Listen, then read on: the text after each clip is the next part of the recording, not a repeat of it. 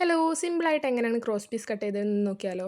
അതിന് വേണ്ടിയിട്ട് നമുക്ക് ഒരു സ്കെയില്, അതുപോലെ തന്നെ ചതുരത്തിലുള്ള ഒരു തുണി, നമ്മുടെ മാർക്കിംഗ് ചോക്ക് ഇത് രണ്ടും വേണം. തുണിയുടെ 2 സൈഡുകളിലായി 1 ഇഞ്ച് ഗ്യാപ്പിൽ അടയാളപ്പെടുത്തിയിട്ട് സ്കെയിൽ വെച്ച് നമുക്ക് വരച്ചു കൊടുക്കാവുന്നതേ ഉള്ളൂ ട്ടോ.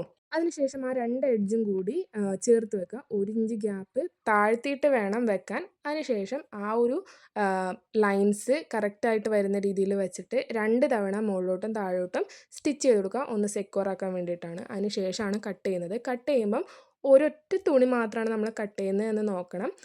അടിയിലത്തെ തുണി കത്രികയിൽ നമുക്ക് കയറാണ്ട് നോക്കുകയും വേണം. എന്നാലേ നമുക്ക് ക്രോസ് പീസ് കറക്റ്റായിട്ട് കിട്ടത്തുള്ളൂ ട്ടോ.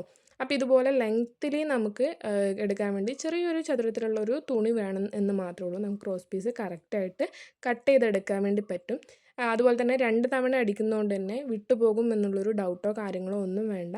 അപ്പോൾ ഇതുപോലെ സിമ്പിളായിട്ട് നിങ്ങൾക്കും ചെയ്തെടുക്കാവുന്നതേ ഉള്ളൂ ട്ടോ. Thank you.